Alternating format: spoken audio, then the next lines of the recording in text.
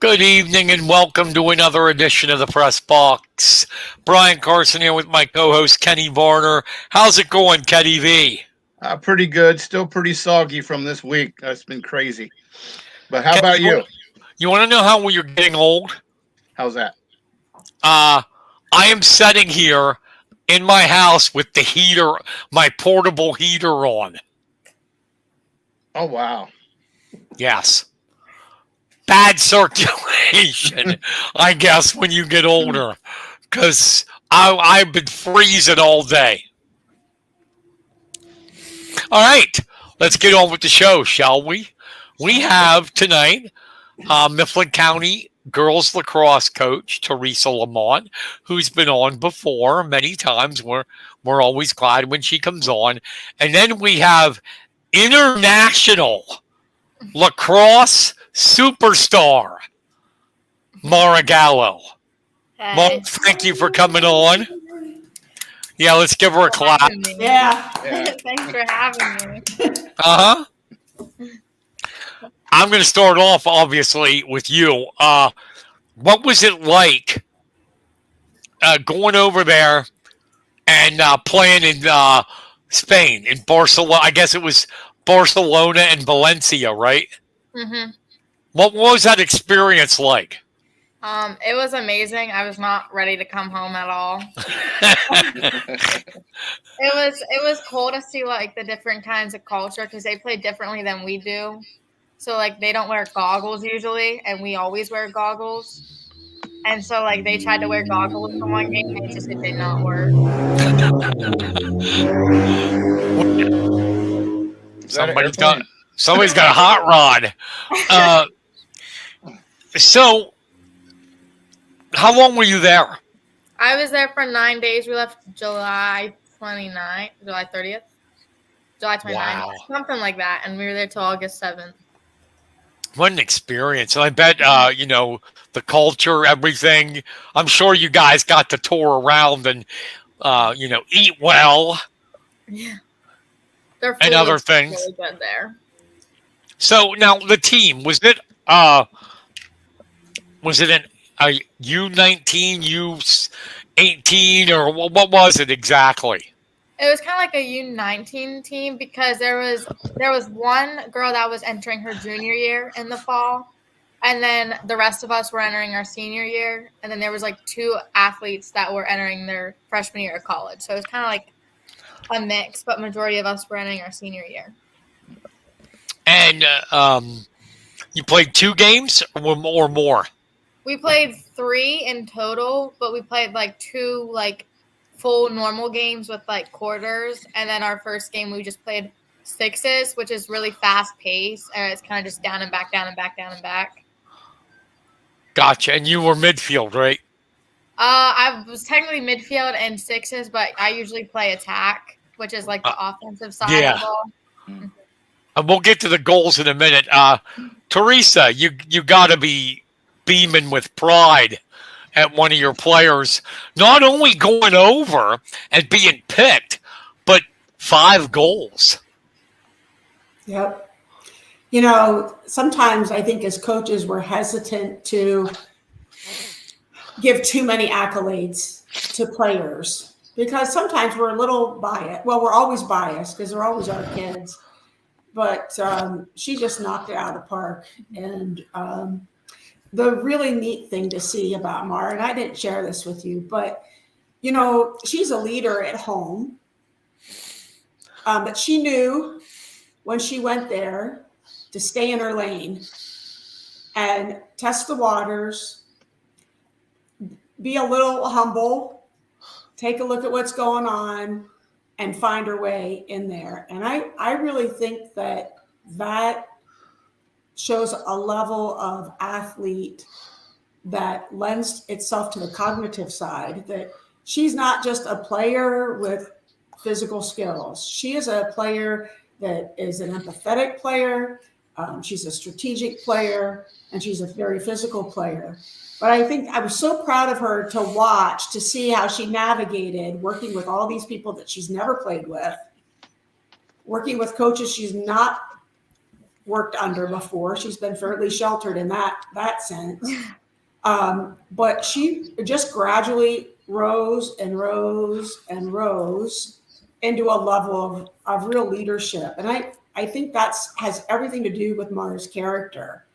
And it's something that we have watched from the time we met her. She's very good at watching. She's very good at listening. And she's very good at applying what she sees. And I think that's really where her success comes from. And she's a well-rounded person. And we saw that come through in Spain. And I know that the other coaches there were impressed that her coach came.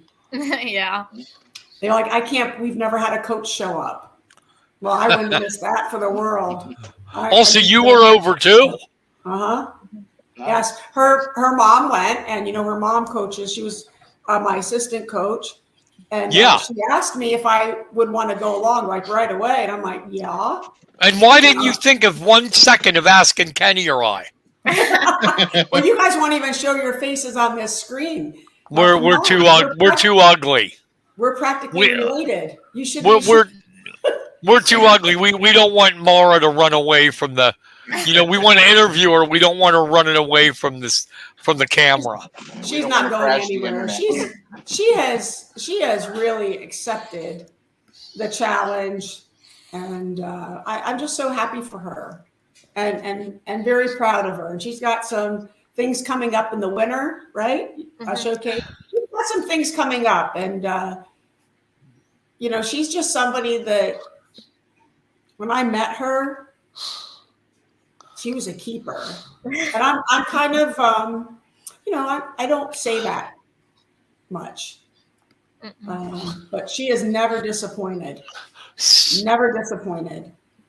So let me ask you, from your perspective, what was Spain like? What did you think of Spain? It was hot.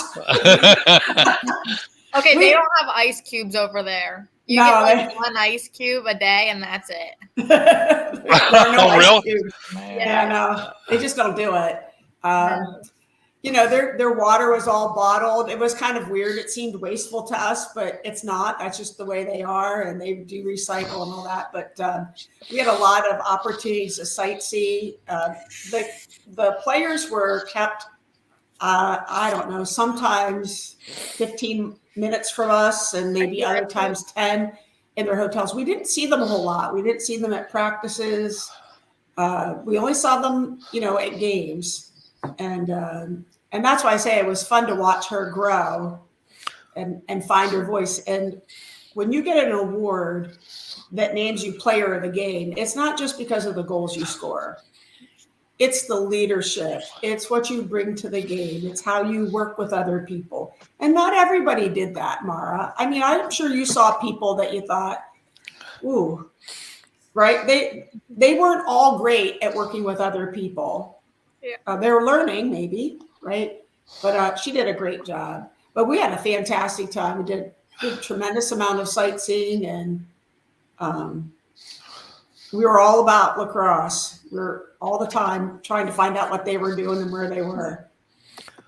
I mean, this is an obvious question, Theresa. How it's only going to make her game even better when she gets the high school season now, having this overseas experience. Yeah.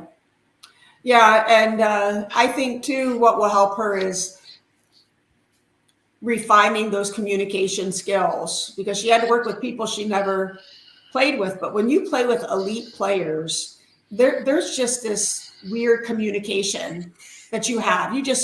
Y'all just know where to go. Y'all just know where to be. And sometimes, we don't see that a lot at the high school level unless kids have played together for several years.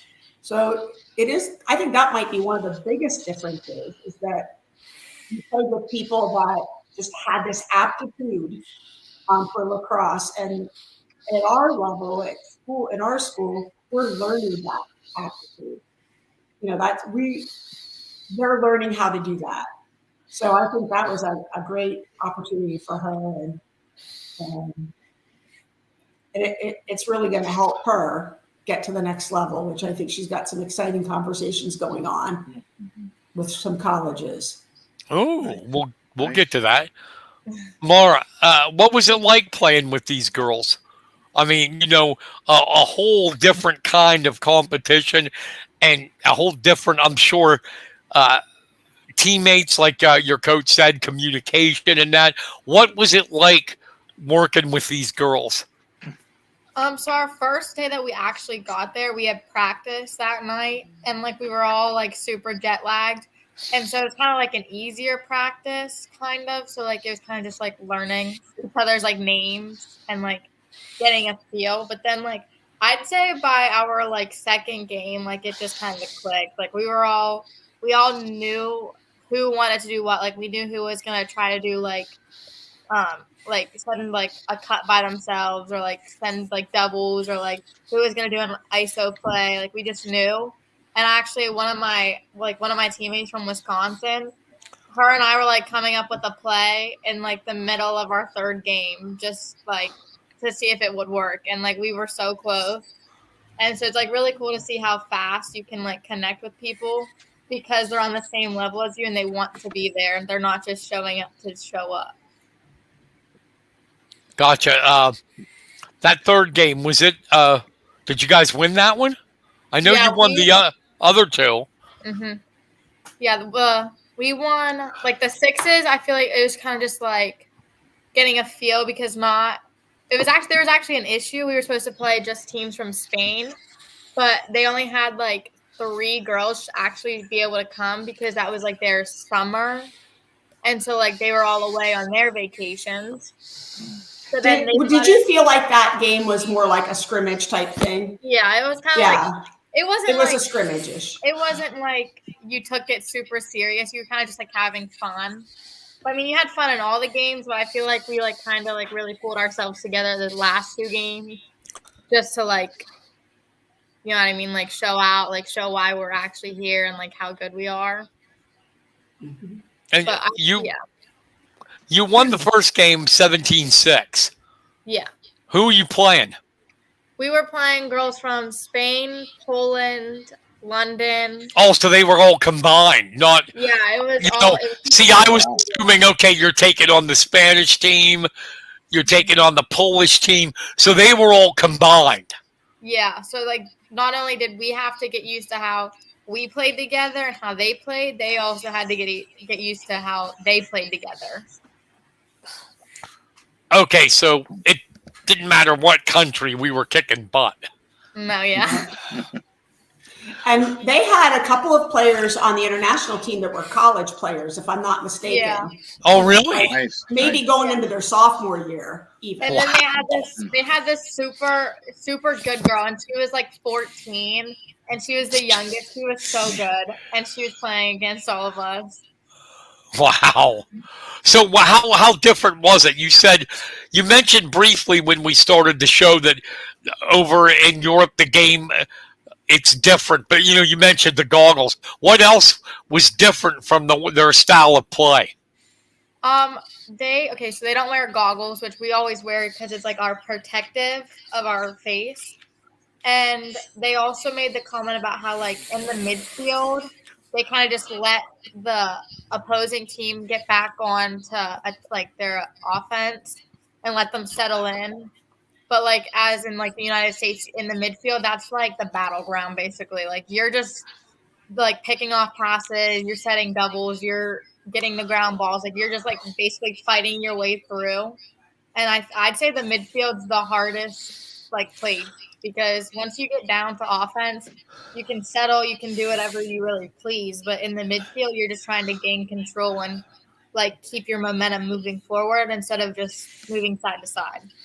Would you say the pace of the game was faster or slower than what you were used to? I'd say it was a mix because like sometimes they would just like send the ball like themselves. They just take it down the whole way. But then other times I felt like they were kind of slower to get back. And I mean, it was hot. The water was warm. It was sweaty. It was. They played all their games at night. They played when the sun went down. Yeah. Okay. Wow. Yeah. That's So, different. the thing about international competition, and you're going to see this in the 2028 Olympics in LA, that international play, they call them sixes. So it's 5 players and a goalie. Where here in the U.S., we play under the federation rules, U.S. federation rules, and it's 12v12. Yeah. So I think Mara's experience is that midfield is a very, very particular transition. We always want to pass more than we run. When they're playing sixes, it's a little bit of a shorter field, I think by like maybe 30 meters or so. And it's not quite as wide. But so it's just the style of the game that they slow it. It's just a little slower pace because it's sixes. So same name, different game. And it's just a different style of playing. But the last 2 games, they all knew how to play 12v12. But their style, I think, was a little different. I think we were much more assertive and aggressive in the midfield transition than what they were. And that helped you get down and get set up. They were a little slow on that. So, but we're going to see the women's lacrosse and even men's has been out of the Olympics for more than 100 years. Yeah. And it's coming back 2028. So Mara, get your bag packed for LA, right? Yeah. You be there, Mara. What's that? What? I said, Mara, you gonna be there? I guess. Yeah. There you go. All right. That's what we want to hear. Yep. Well, Charlotte North, she's from your big Duke team. She started at Duke and then went to Boston College. Yeah, she was good. She's on the Olympic team. And She was good. So is Izzy Skane. Yeah, she's from Northwestern. Yep, she plays from Northwestern. She's on the Olympic team. And they're both Tewarton Award winners, repeat winners.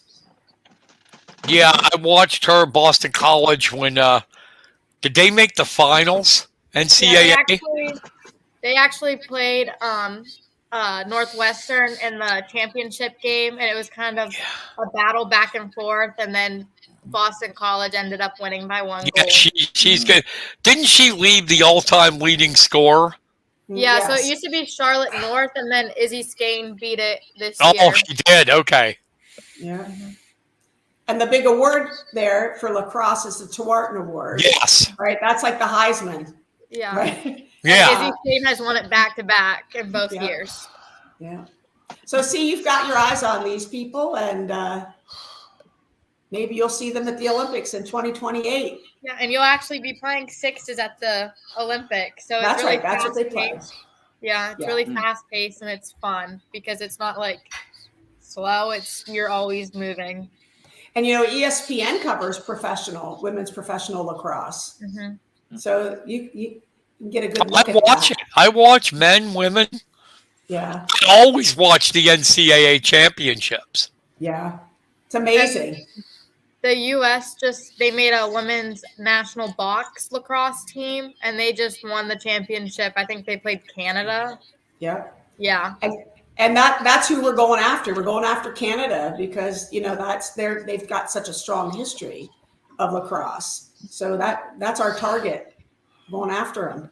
Nice. And our U20 team won earlier this year. I think they were in Japan, Tokyo, maybe. Yeah, something like that. They won against Canada too. Yeah. Nice.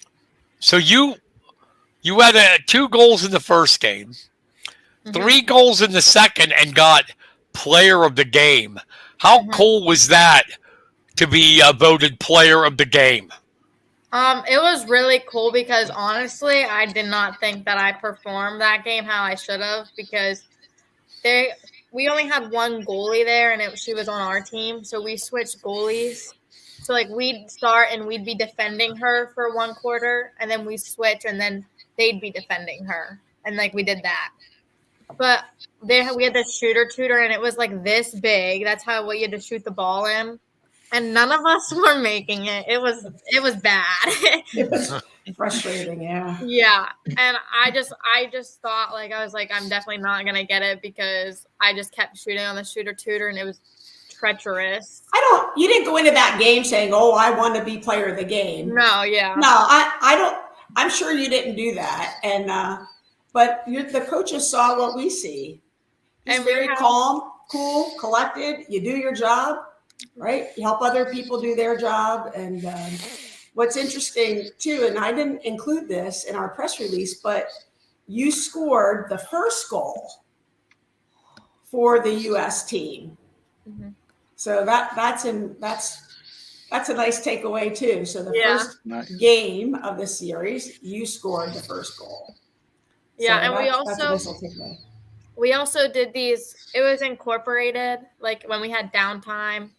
So like we do our activities, we come back to the hotel, and before we would leave for practice, we had these leadership activities, and we were reading from a book. I forget the name, but it's a good book. If I figure it out, I'll let you know. But we were talking about this player, and basically he stepped in. He was a freshman, and it was kind of like, if you do it, like I'll do it thing. And one game he had to step in and play goalie for his team. And then he actually got hit with the ball in his chest at the right time, and he died on the spot. And so we were reading that book about how he was a leader and ways to be a leader like him. And so they like challenged us to like try to be either like a silent leader or like a vocal leader. And that's how we had to like figure out ourselves during the week. What's one of the things that you learned over there that you brought back with you? Oh, goodness. There's a lot.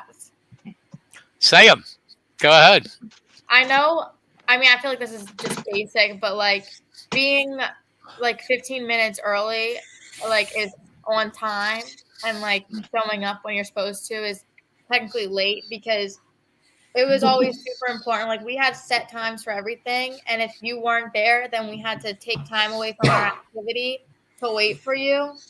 And so not only was it not fair for us, but like our coaches were getting super frustrated about it.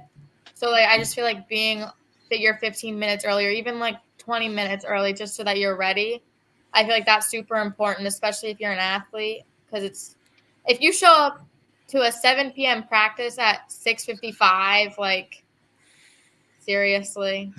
But I also like, it's super important to like communicate, because like I feel like in one of our half times, we were all like kind of a little bit frustrated, and like we all tried to talk, and we all were seeing like the same things. It was just not communicated on the field. So being able to communicate with other people and they understand what you're saying, like really stuck out, because then like, you're not like crazy because you're not the only one seeing it. So.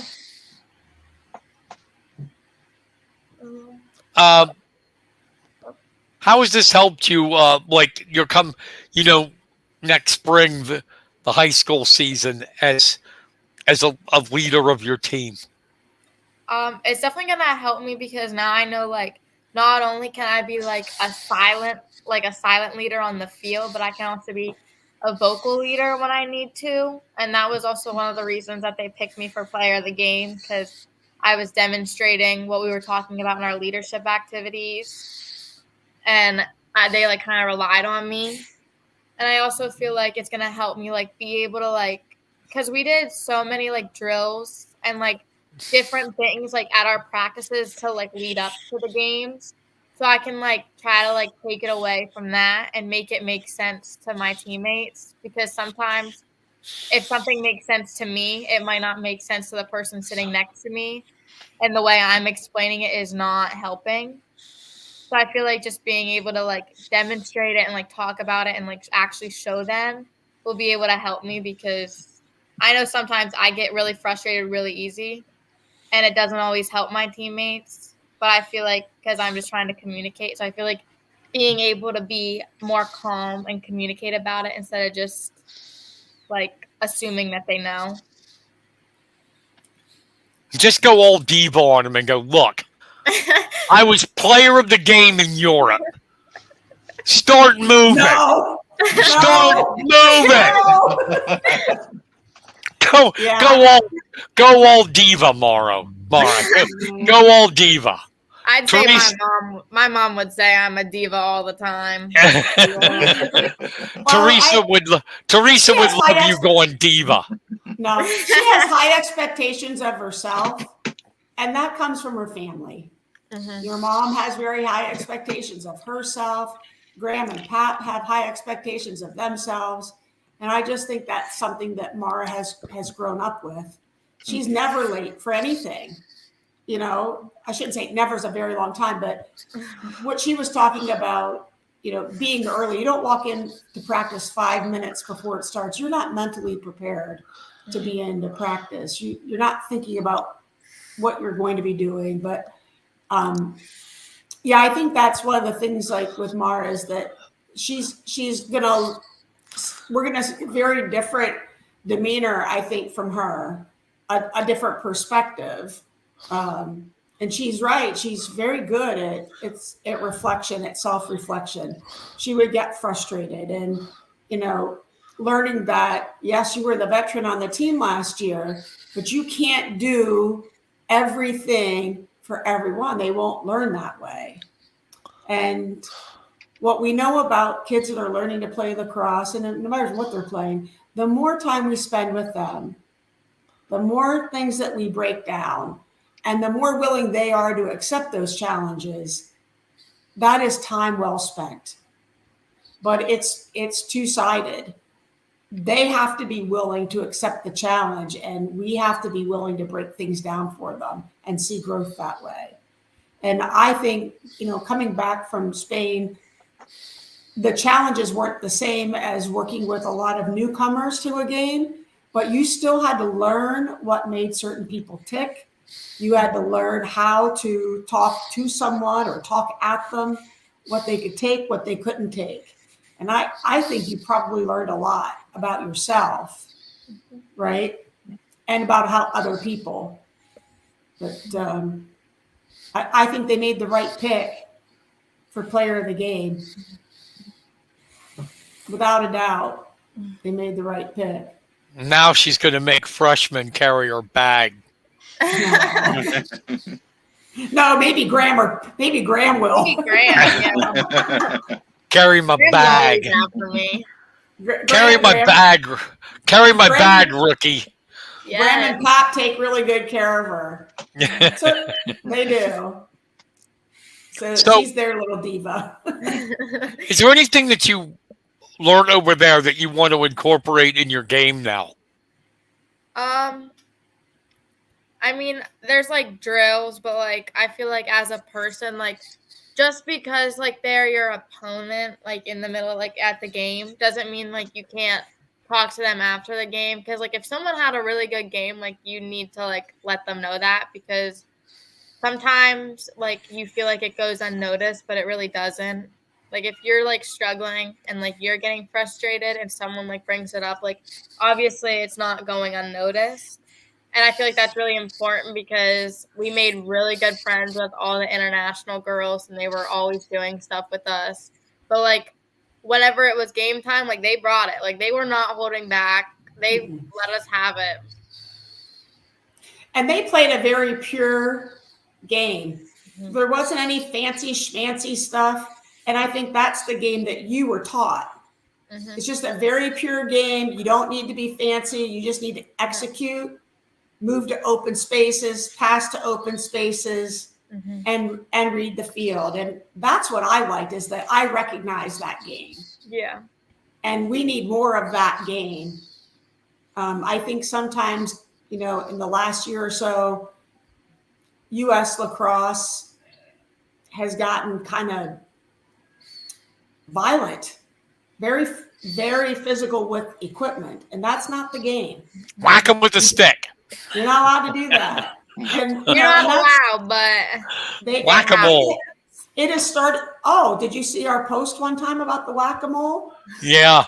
She got whacked right over the head, right in front of the official. Crazy. Yeah. Well, I watch. We don't like to see that. We don't like to see that, but we know accidents happen. Weren't you the one that did a behind the back shot on goal and you clobbered a girl right in the face? So it was my sophomore year, and I tried to do we were up pretty hefty, and I already had enough goals for the night, so I was like, oh, maybe I'll just try it. And I got a yellow card, but I felt really bad.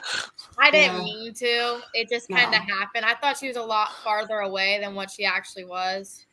Yeah. But I did let her know that I apologized. And then that's good. when we were in Spain, I actually got a fat lip because the one international girl, I think she accidentally, she was trying to play defense and her stick literally just slipped and it just smacked me in the face. And I bent backwards and kept right on playing. Yeah.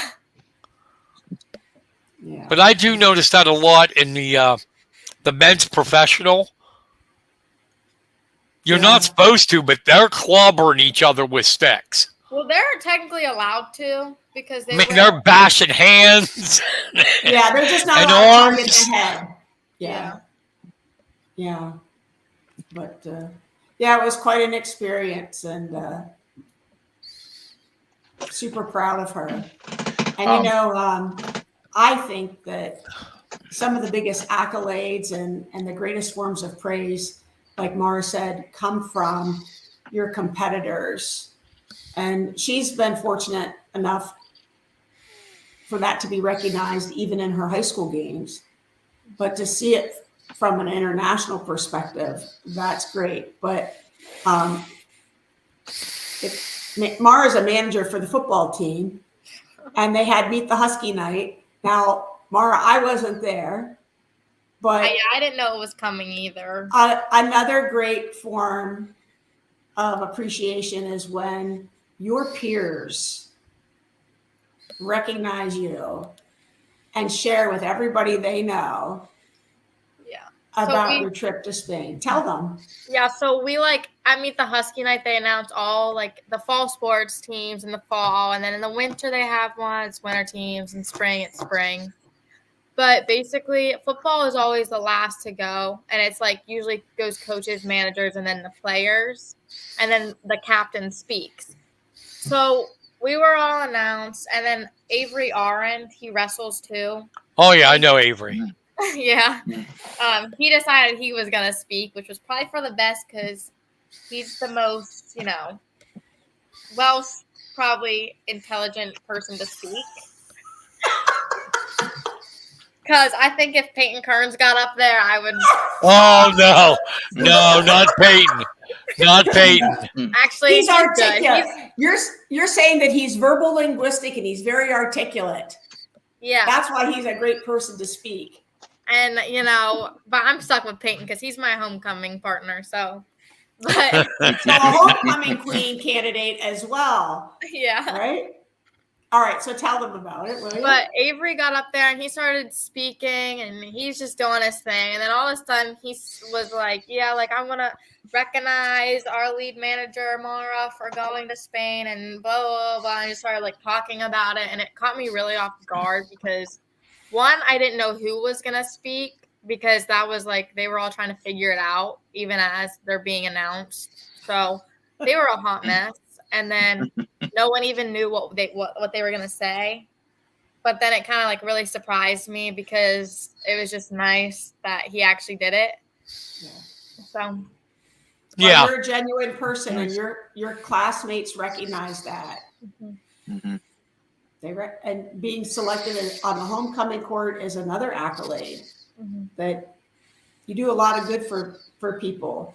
Tell them about your church and how much they helped you get to Spain and all the people that helped you raise your money. Yeah. So my church actually probably paid for my entire trip themselves because we did a ham sandwich sale, which we brought in a decent amount, but our church, they love their ham sandwiches. So they bought a lot. And then we held a spaghetti dinner there. And they all almost everybody showed up. And if they couldn't show up, then they made a donation when they saw me at the next church service. Yeah. And what church? I go to St. John's Lutheran in Lewistown. Okay. Yeah. And like even I could just be like sitting in my pew on a Sunday morning and like they'll come up to me and they'd like hand me a check and like start talking to me about it. And I wrote a lot of thank you cards. Kenny, why don't people hand us checks? You're not as good looking as Mara. I guess not. That's what the pictures are for instead of. No, I know, but we are like family. I think that you should, show up. Come on. I honestly am just cheap and lazy.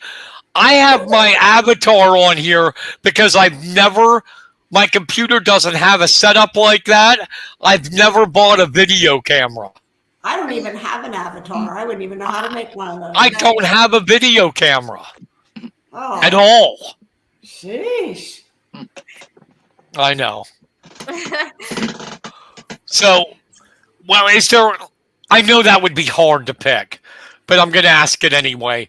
Is there like one memorable moment that stuck out to you above the rest? I'd say when we went to the beach for our last practice, and then whatever we had for dinner that night was not good. None of us really enjoyed it. It was kind of like a grilled chicken sandwich, but it was just like, and so they all smelled really bad. So then they took us and we went on like a walk as a team, and we went to like a local restaurant on like the strip that we were staying in. So it was really cool to be able to bond with my team because like, I mean, obviously like we were always with like other teams throughout like the week, and we were always like doing stuff and like we're paying attention. So we couldn't be really like with each other. But then I also made this really good group of friends, and they're from like all over. And like we'd like meet every night, we'd just talk, and then we'd all hang out like the next day. Like it was just really cool to like be able to become so close with such like a good group of girls in like literally like 3 days. You were the only girl from Pennsylvania, right? Yeah, I was there. I was the only one from Pennsylvania. Now there was a girl from Virginia, and there was a girl from Ohio. So like that's semi close to us. But then there was about 3 from like Michigan, or like 4 from Michigan. And then there That's was big lacrosse up there. Yeah. And then there was one from Wisconsin, which I think I talked to her the most. She's my buddy. Yeah, that's another big. That's all in the Great Lakes region, right? That's really big lacrosse up there. Yeah, and there was some from like Massachusetts. Mm-hmm. See, that's what's changed about lacrosse so much. I remember when I was watching it, like when I started watching it in the early 80s, it was all mid-Atlantic teams. Mm-hmm. You know, you had Virginia, the Baltimore area. They were the ones that were good, and everybody else, like, what is this game? And it's growing, isn't it? Yeah. Yeah, it comes from the Great Lakes. It goes across to New York, the Seneca Highland area. But when we start to see it go out to California. Yeah, it's still not West Coast, is it? Not as much, no. No. No. But we're glad to see it come back to the Olympics, for sure. Yeah, oh, of course. Definitely. So that says a lot about how lacrosse has grown in our country. I read somewhere where it's maybe the fastest or one of the fastest growing sports Yep. in the country. Yep. Yeah. Kenny, did you have a question? I know you were, I thought you were getting ready to ask one. You kind of took it, so. I'm sorry. You took it. I'm sorry. I'm sorry, but go ahead. I was just gonna say, do you still keep in contact with any of your teammates from over there? Yeah, I talked to. We had a group chat for like the entire team, but then we also did have a group chat where it was like our close friends, and we still text occasionally in there. But I do really keep in contact with the girl from Wisconsin because like we connected the most, and it was really cool that she was actually to be able to like come and play because she tore her ACL her junior season. So like she was still like trying to get used to everything with her like knee. And like you could still see like she was still hesitating about like some stuff, but I feel like she did get more comfortable. So it was really cool to like be able to push her. But I talked to her probably the most. That's cool. Yeah. So you're involved. You played some lacrosse this summer, right? On a team not from around here. And then, are you doing anything are you doing fall ball with them at all, or can you tell them a little bit about what you're doing? So over the summer to prepare for Spain, I played travel lacrosse in Mechanicsburg, and it was like girls from like all over down there, and we like played in different tournaments, and it was really cool because I got to like go and play against like people I would never play against because they're not from Pennsylvania. But I think this fall I might fill in for a team called Jersey Thunder with a girl that I met playing travel lacrosse. Her name's Gracie. She goes to Danville. And in winter, I think we're going to be playing at Spooky Nook, either with our own team called Mad Dog, or I might fill in for a team called Hellbenders if they need it. So, Cool. That's the one out of Danville. Yeah. Where Gracie plays. Yeah. Mm-hmm. Yeah. I think Gracie had her 200th goal. Was it her 200th? 100th, I think. 100th goal playing us at home when she was here. So she celebrated that. And then I always told the kids, I said, lacrosse is a small, small world. Yeah. And you're seeing that, right? You're really starting to see that. You also see where if you really want to be good at it, like any sport, you got to be committed to play it almost year round. Yeah. And you also need to be committed to go to camps and push yourself.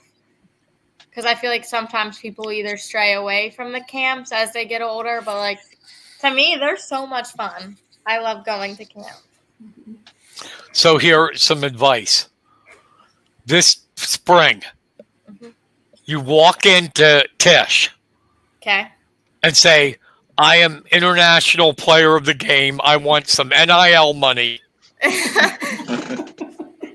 And then you boss around your teammates. I mean, if I'm getting paid by the hour, then yeah. Tell her it's NIL time, baby. Yeah. Yeah. I don't think she would do that. She's a little too humble.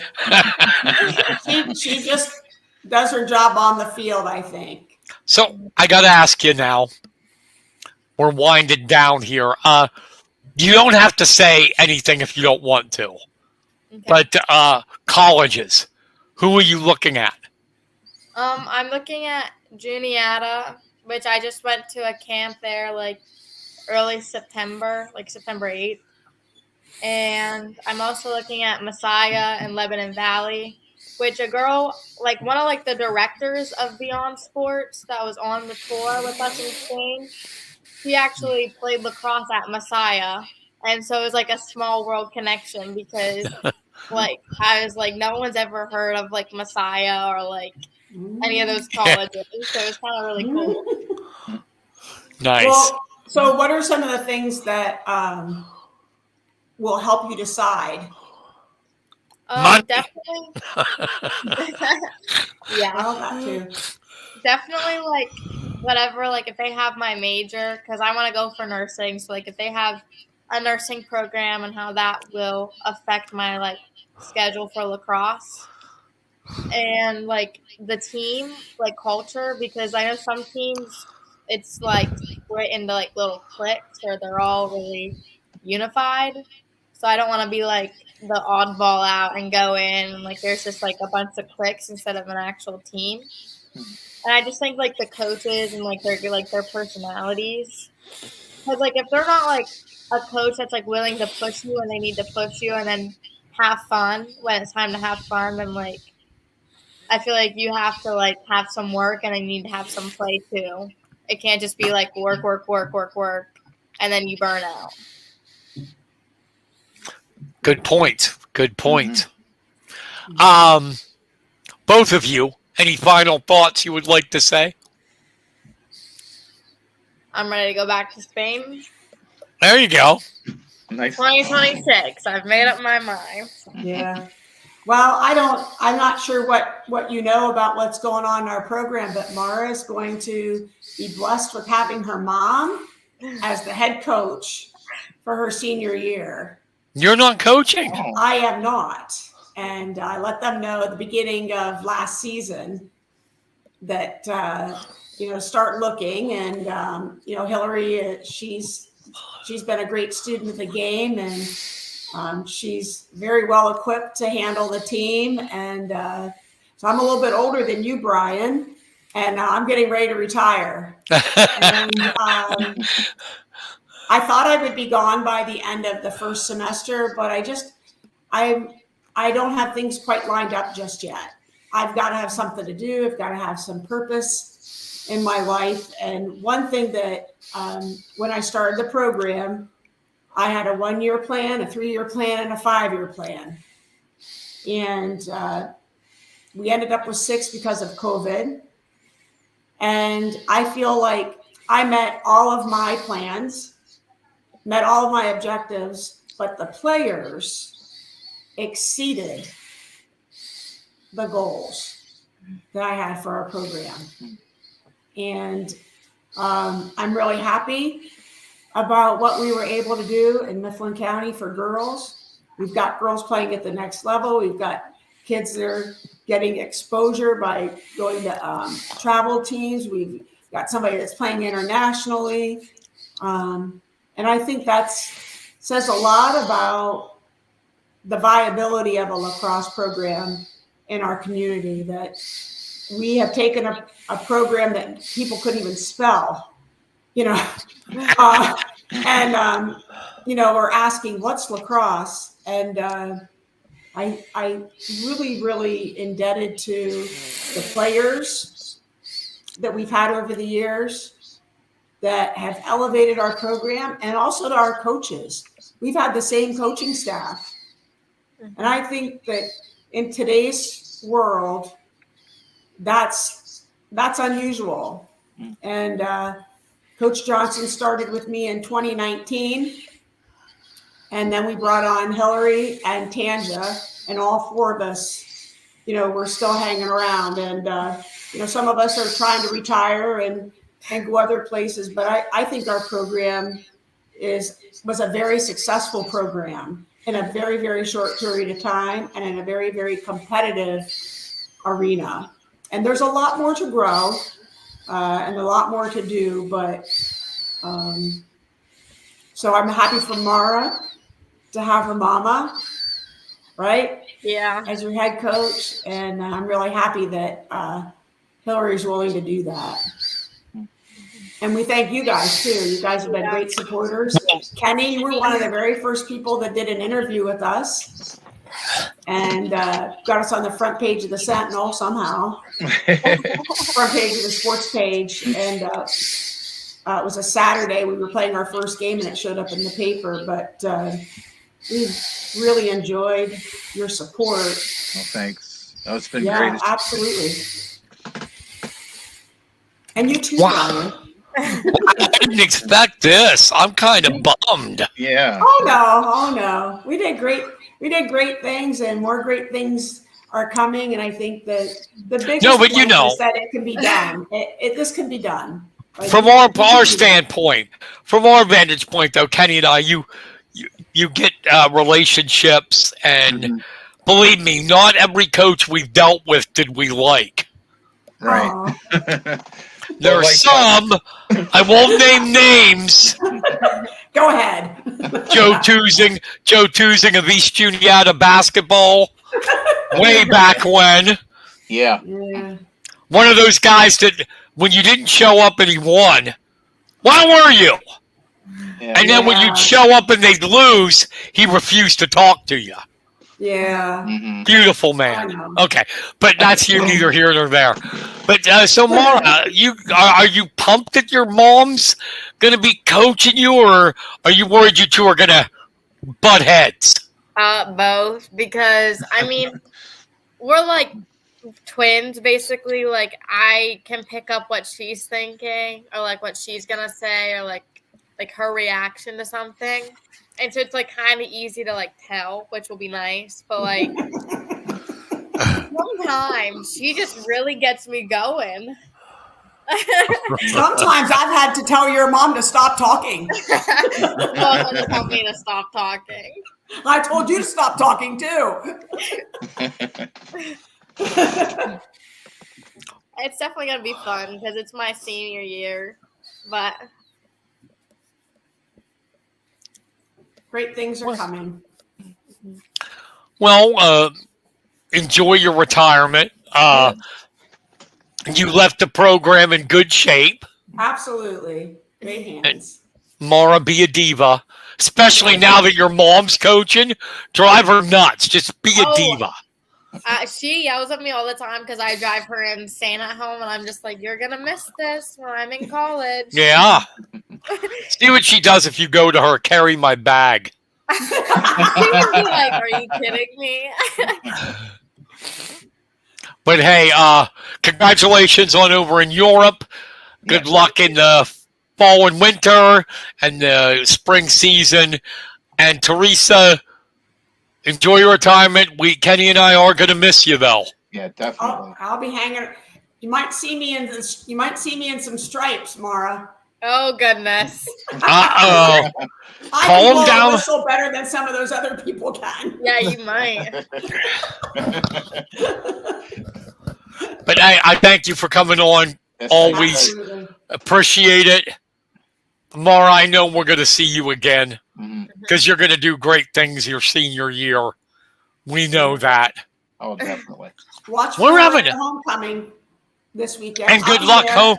Good luck homecoming. Thank you. Kenny and I are up for it too. So you might not. You might not I win. know.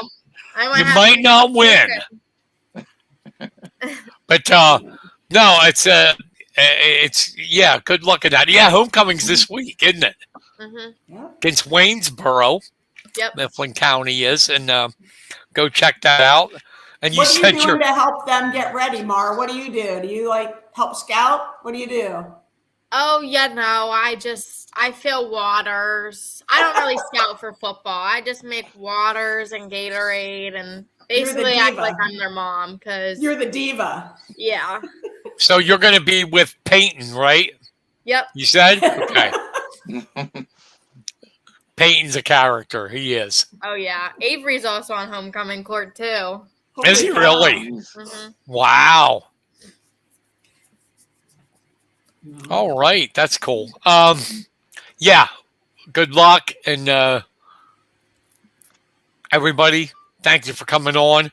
We appreciate it. We always enjoy when you're on. Mara, congratulations on what you did overseas. Thank you. We're in a renaissance right now at Mifflin County with great athletes. It started with for a while. It started with the Hidleys. Then we had Skylar Ciccolini. Yep. Now we have frickin' Carter Smith, Mm-hmm. Yeah. who's a beast on the in cross country. He's a character, all right. He's a character. and Mara in lacrosse doing these things. We're really at a good time here in Mifflin County athletics.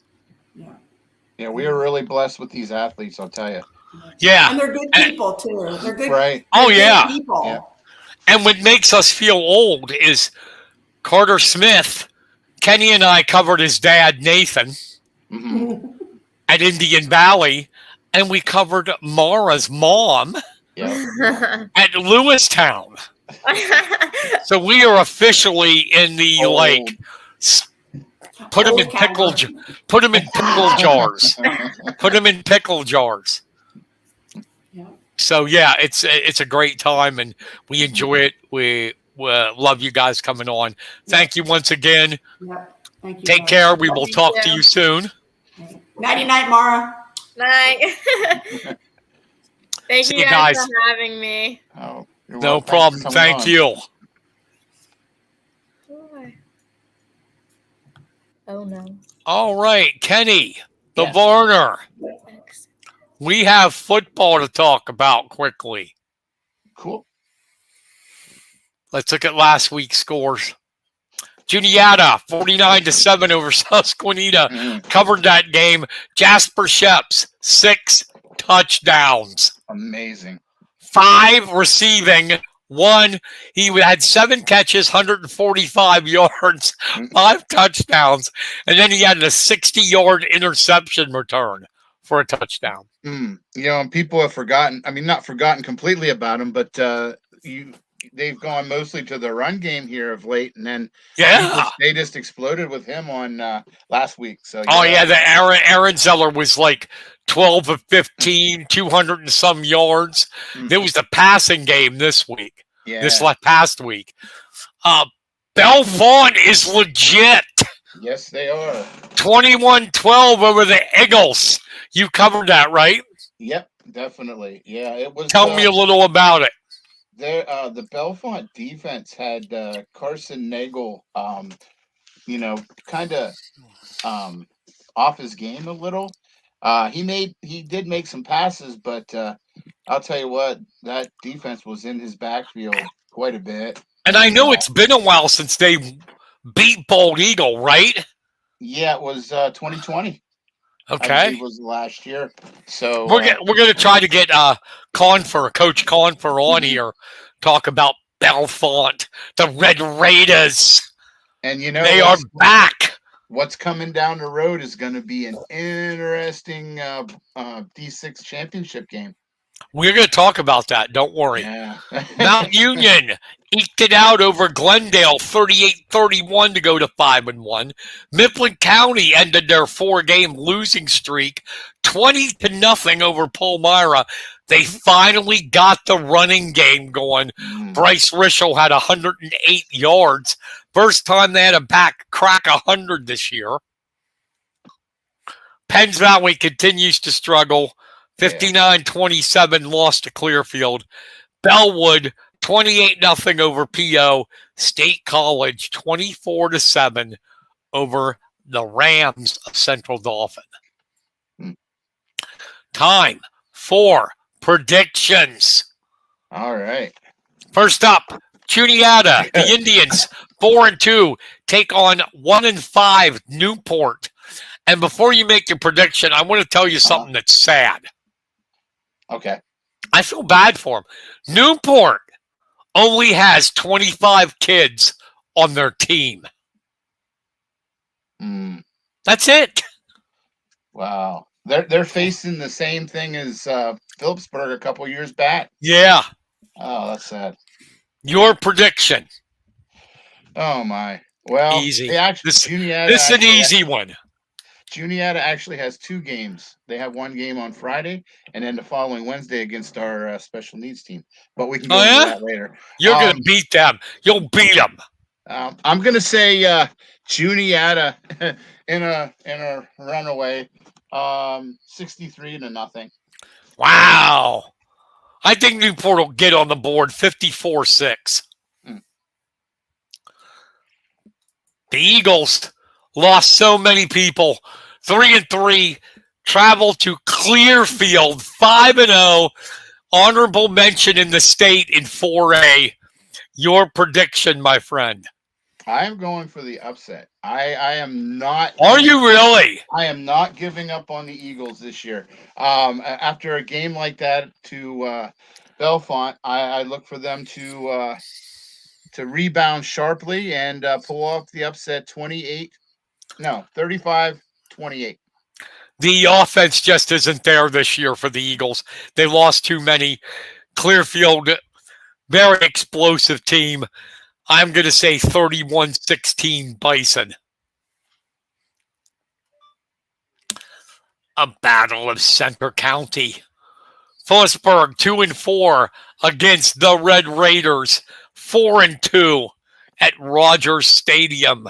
Okay, well, this is their homecoming as well. Oh, it is? Okay. So it should be quite a night for the Red Raiders. And I look for them to go up to 5-2, and they're going to totally dismantle the Mounties 34-7. Yep, I agree. 31-10 Belfont. 0-6 Penns Valley. A tough task traveling all the way to Martinsburg to take on the Scarlet Dragons of Central 4-2. Really hate to do this because I feel like I'm piling on Penns Valley, but I don't think this is the weekday right to ship. So I'm going to say Central 35 and Penns Valley 13. I'm going to say worse than that, 57-7. Yikes. They just lost too many people. Mm-hmm. It's definitely rebuilding year.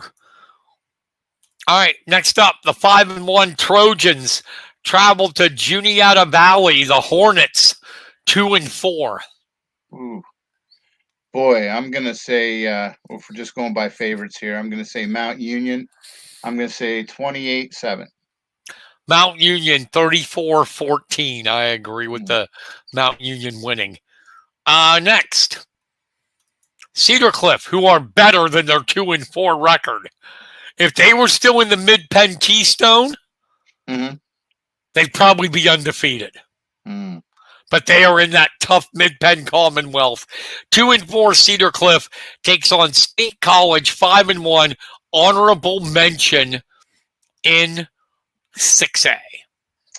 They're better than what they were. Yeah. Doesn't mean they're better than their record says. Doesn't mean they're gonna win. Yeah. How can you go against State College? They seem to have it all going on all cylinders right now. They keep the momentum going. I think it's going to be 28-14. That's what I was going to say. So we agree. If it's 28-14, we're going to the casino. All right. Final game. Homecoming. Mifflin County. Waynesboro. The Indians come in 4-2. They take on the Huskies 2-4. Well, I'm just going to say this. Mitchell Field's going to be packed with alumni, with the last game at Mitchell Field for homecoming. I think the momentum and the atmosphere is going to help Mifflin County rally. I think last week they showed that they could turn things around quickly. They get the running game going. I see them winning 28-27. If they can get the running game going. Sorry, Mifflin County people, you can hate me. I'm going to take Waynesboro in this. I think they just have too much offense. I'm going to give it 23-17 Indians. All right, little thing extra tonight. We're closing in on playoffs. Yes. And this is the District 6 standings. State College, 6A, has the number 1 seed. 5A, Mifflin County has the number 2 seed because there's only them in Hollidaysburg. In 4A is the good one. Number 1 seed's Juniata. Number 2's Bellefonte, but Bellefonte's only 30 points behind them. For that, who's going to host if they do it that way, or if it's going to be in Mansion Park. In 3A, Phillipsburg is 60 points away from the final playoff spot. So they're still alive, but, you know, in AA, Mount Union is seated third right now. Bald Eagle would barely make it. They are 8th. So we would have 6 teams would be in right now. The only ones that wouldn't be were Phillipsburg and Penns Valley. That's not bad at all. Not bad. Not bad. Before we get to you, I'm assuming you have shout outs. Oh yes. Definitely got the shout outs. Okay. I have to say something. Okay. I am really not going to like my Bruins getting beat by Penn State this week. Oh, yeah. But they are. The UCLA sucks. And it really hurts my heart. It hurts it. I wait all year for football. Now with the Rams with their injuries, but besides the injuries, the Rams defense, and I'm going to swear here, is total shit. I didn't know Aaron Donald meant that much. I know he was great, but our defense is dead last in the NFL. They can't stop anybody. Anybody. No, So Chicago. Wow, they had a running game against you guys, which was everybody's got a running game against us. DeAndre Swift, 93 yards. I waited for football. I didn't expect good things from UCLA, but the Rams I did. They were a playoff team last year, and now if they don't, I don't care if Nakua comes back, Cooper Kupp, if they don't shore up that defense, we're done for. One last thing. Pete Rose. Oh my, yeah. No matter what you think about the man personally, one of the greatest baseball players of all time. Yep, Charlie Hustle. And he played the game. They don't play sports like that today. Even in football, they don't play sports that way. That man was a freight train. Oh, yeah. I saw an interview with Dan Patrick. Johnny Bench said he never met anybody that wanted to win so bad than Pete Rose. He said if Pete would have 4 hits, he'd be upset and want 5. But to show you how good he is, all-time leading hitter in baseball history. What is it, 4,262? Yeah. That's all-time leader in hits. But this one blew my mind even more that I didn't know. Do you know he reached base? Forget hit, just everything. Hits, walks, hit by pitcher. He reached base 6,000 times. Wow. That's freaky, man. Question. Should he be in the Hall of Fame? Oh, definitely. He should have been. But gambling on the baseball. Should he be in the Hall of Fame? Okay. I say yes because he did it as a manager. So if we're going to honor him, we're honoring him for the baseball, the player part of it, not the manager.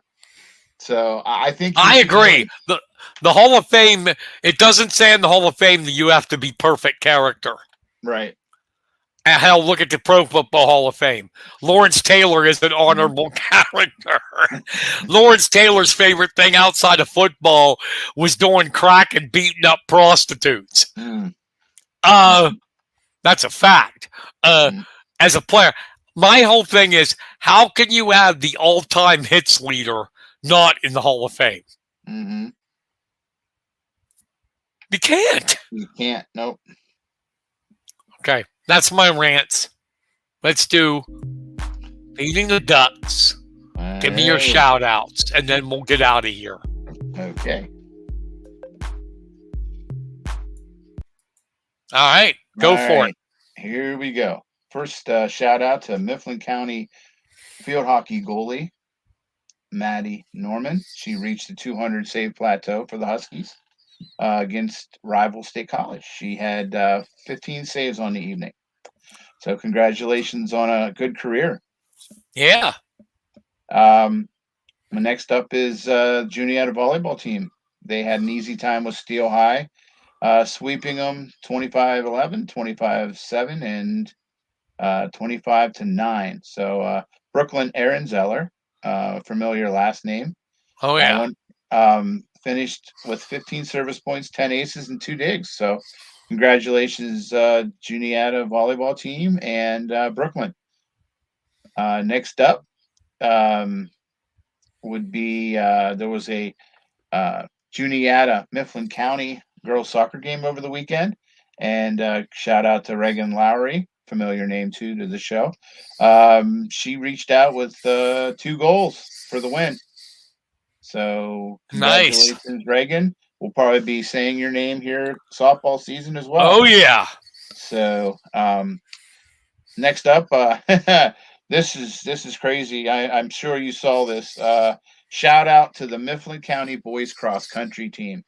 They've already had an impressive season, but they finished in Wild Safari Invitational in New Jersey over the weekend, finishing second in the Varsity A Nice. division. Carter Smith, of course, guess where he finished? First. Yeah, first place, 15:31. Teammate Wyatt Kaufman was next with a 16:29, which was good enough for a respectable 15th place. So congratulations to the cross country boys team. And here's another one. Is the another shout out is to the Bellefonte football team. Since the first Bellefonte team since 2020 to beat Bald Eagle. It was a tough fought game. It was a hard fought game. So it was you would have liked it. It was like a throwback game to the football games of the 70s, and a very, very physical and very exciting. It was a defensive struggle throughout. I wonder how knowing how he is, how pissed off do you think Doug Dyke is? I don't know. I was in the press box for once, and I didn't see Doug, I don't think, from the middle of the fourth quarter until the end of the game. So No, he probably went to hell home. So shout out to him for allowing me a spot in the press box. It was nice because I didn't get rained on for a change. There you go. And shout out to the Bellefonte boys soccer team.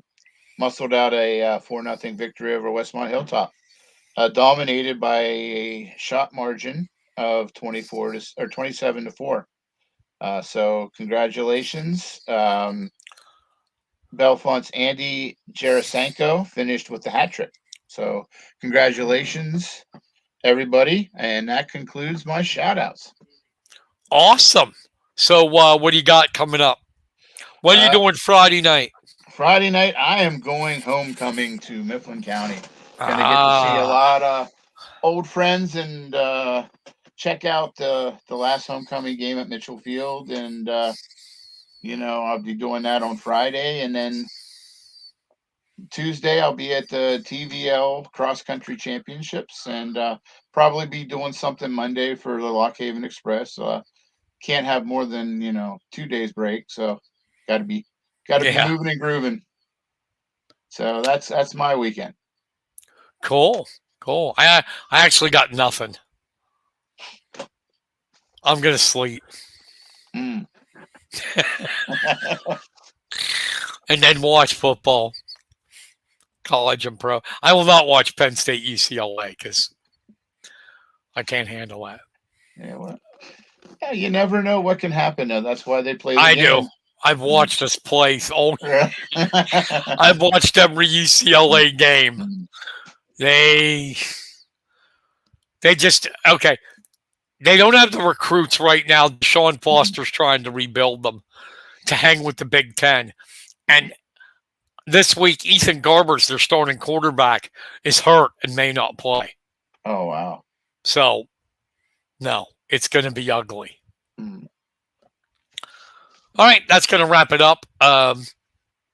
Next week. Yes. We will have Jed Donahue on. Oh, nice. The Broadcasting Hall of Famer. We're going to talk a bunch of different sports. You know that when Jed's on, we always talk sports. Oh, yeah. And then hopefully we can get Coach Confer of Bellefonte on and talk to him about the resurgence of the Red Raiders. So, think we can get him in 2 weeks? I'll put out a little shout out to him. That'd be cool if we could. So that would be our next 2 weeks. Okay. Jed and what's his first name? Confer. I can't remember. Tony Confer. All right. That's going to wrap it up for tonight. For Kenny Varner, I'm Brian Carson. Thank you, everybody, for listening. I want to thank our guest, Theresa Lamont, who gave us a I guess, breaking news that she Yeah. is stepping down as the girls lacrosse coach, and Mara Gallo. We thank you guys. All right, Yeah. that's going to do it for us. Take it easy, everybody. Have a great rest of your week and an even better weekend. Night, everybody.